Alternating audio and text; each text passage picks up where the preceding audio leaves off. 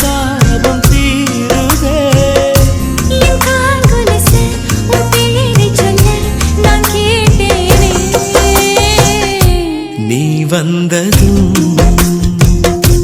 என்னானதோ என் வாழ்க்கையே வேறானதோ.